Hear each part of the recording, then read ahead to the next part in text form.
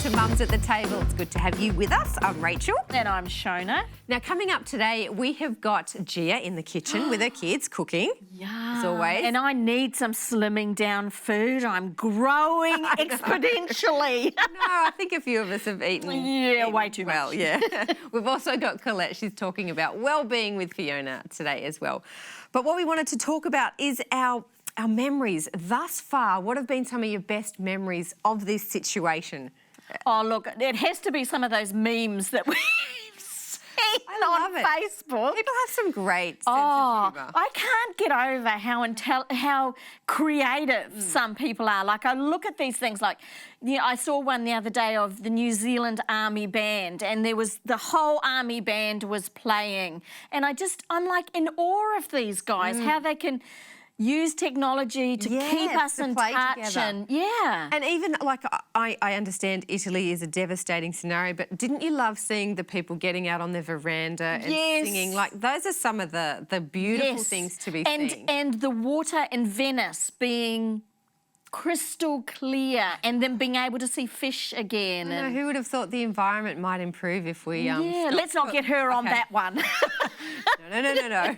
So I guess in a sense closer to home, what have been some of the best memories that you've had thus far throughout this? Because let's look for those silver linings. Yeah, I think for me it's being able to reconnect with people. It's being able to go and do some exercise. So hopefully that's not just a memory. No, that will be a memory. Keep that one going. Oh. And for you?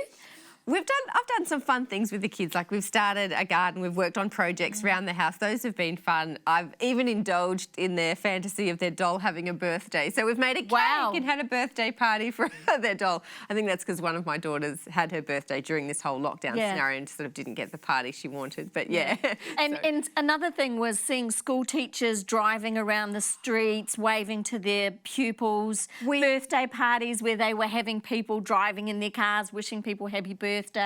We had a teacher come round and visit from, a distance from the door. Like, I love my school. They've really done their best to keep in contact, and watching people get creative and get community orientated and focused and give and share and go. Even those cards you see on social media, tick here, what can I do to help you? Have been some beautiful things.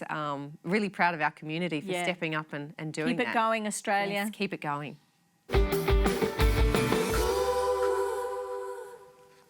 As mums, as parents, we're asking ourselves, whatever happened to that sweet little boy or that sweet little girl that I raised once they hit the lovely teenage years? The puberty years, the time where, I guess there's unfiltered conversations that happen at home. And whatever happened to my sweet child? So how, as parents, can we manage that time when teenagers are testing our limits and our boundaries? So I feel like teenagers often get a bad rap. I love teenagers. It's my favourite age group to work with. When I was a teacher, it was some of my favourite times was teaching high school. I love the way they think. I love the way they test the boundaries, except for when you're the parent and they're testing yours. Yeah, well, I was going to say that because I feel like sometimes with teenagers is that they test the limits depending on who it is. Yes. Like, is it always mum that cops the full brunt of their teenage years, or do they do this at school? Because I would hate to think that my child is acting up at school. I did not bring them up that way. So, what are some tips that we can get through this time as parents? So it depends on your child, I would say, but many children, but also teenagers, will test the limits more at home than they do outside because they're comfortable at home and they're safe at home. It's their comfort zone. And so that's not a bad thing. It's not easy, but it's not a bad thing. We're not talking about rebellious teens today, so I'm talking about your general testing limits.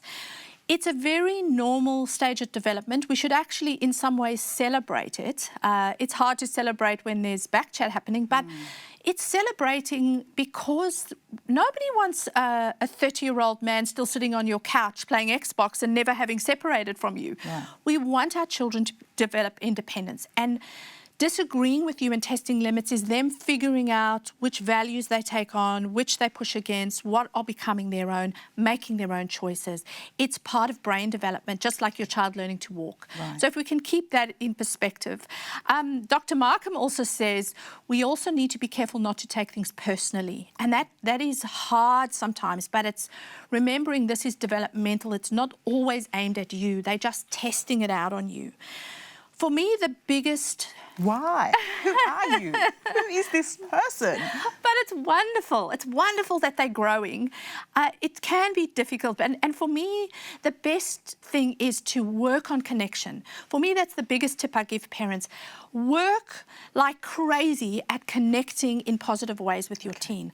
Find things that you can agree on. Find areas that are similar, that you can enjoy and bond in, and connect like crazy in those times. Right. Also then, disagreeing does not mean we allow disrespect. Okay. Also, are we respecting our children in the way we talk to them? Are we modelling respect as well? So not one thing for me and something else for you.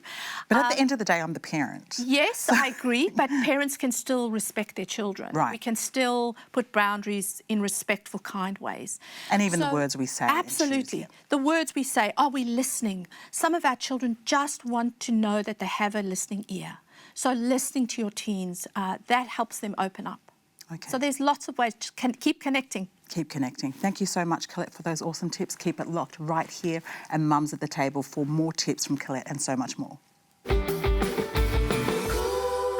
So how do you deal with your kids' attitude? And I guess, you know, over the last few months, kids have been home a bit more than they normally are, so that you might have gotten to witness so much more. Now you'll understand about what those poor teachers are going through. I don't know. I feel like there's definitely more attitude at home than at school. You reckon? Oh, yeah. I think there's a system and a routine and an expectation, whereas at home they sort of let down their guard a bit. Right. You know, they're with mum and dad. You know, it's a safe place and they can So air your their little frustrations. darlings have shown their attitude? Look, they're not afraid to show their attitude, but I'm not afraid to push back either. And, you know, I've said to them, look, kids, this is it. These are your friends. Stop making enemies of us all, you know. Yeah. Quit the attitude. And I think it's just a way of them trying to process everything that's been going on. I imagine part of that attitude is natural, but part of it will come from sort of trying to understand the circumstances they're in as well and the frustrations. There'd be a small portion of DNA in there as well too, wouldn't there? Little bit. Yeah, but your kids surely as teenagers had attitude. Shona, walk me through what you did to make your house the peaceful scenario. Who said it was peaceful? How did you... We told them, we gave them different levels, and then when it got too much, we said out. Yeah. I don't know how you deal with attitude. Did you nip it in the bud? Did you let them have it? How did you let them sort of work through it? What did you do? I think, because we had two children who had very strong wills, but two very different ways of demonstrating it. Yes. I think we can all relate to that. I think at the end of the day, looking back in hindsight, in the end of the day, it's them growing up and it's them learning about themselves and it's them working out what boundaries they can push and what boundaries they can't push. Yeah. So you have to sort of work out, am I going to fight this battle or do I want to win a war? And while you want to nip it in the bud, what you're saying is complete truth. That this is their opportunity to learn how to go with those frustrations, those feelings, dealing with other people, you know, all of those things and that attitude. And I've always seen attitude as a little bit of a gift from God. Obviously not when I'm involved with it, but I always feel like it will hold them in good stead later in life. And He's given them that attitude, that instinct, that whatever. And I just have to deal with it and sort of guide them through it now. And I'm not always successful at that because I might have a little bit of attitude myself. Really? But yeah, I always see it as a gift, and that's what I have to remind myself of. Yep. Hi. Today we're making hash browns. We are making hash browns, but these are homemade hash browns. We make this at any time, breakfast, lunch or dinner. We love hash browns because these ones are different to the usual ones. The ones you get from like fast food places are full of oil and they've been fried and that oil's been used over and over again. So this is a great recipe for you to make at home, for the kids and for yourself, without all that yucky stuff in it. Now, I make a sauce to go. This is just the potatoes, and that's about 4 potatoes, and they're just been grated. And Yep. Cashews. So can you pass me the cashews? I love cashews. I really want to put them in. Okay, there you go. So the cashews are what we make the sauce with. And what else have we got there? We've got onions, but we're not going to put the onions in the bowl. The onions will go in with the potatoes. Here I've got garlic powder, onion powder, and some vegetable stock, just vegetable powder. Okay, and I'll put that in there. I'll put this in. Okay, so we just need the water, and we'll just blend that until it's smooth. You might need to blend for a while. I'll put this in there. The onions and the potato, just a second.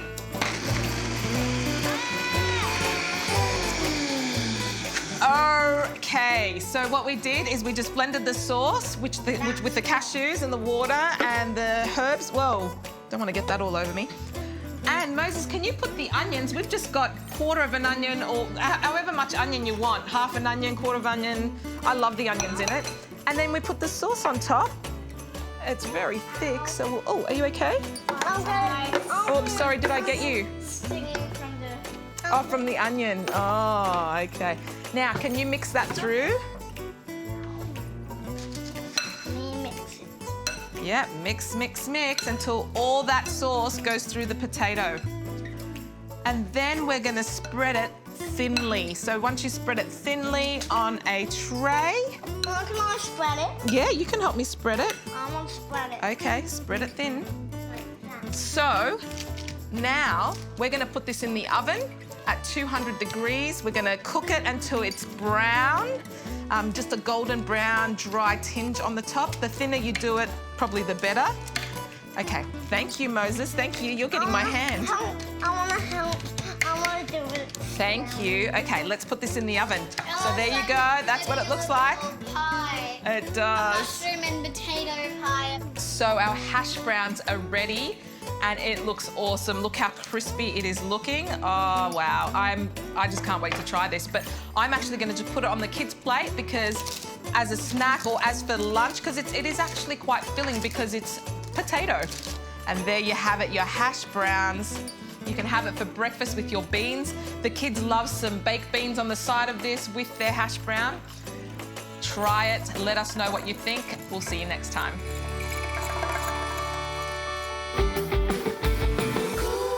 That's it from us today. It's been good to have you with us. We'll catch you next time. Have a good one.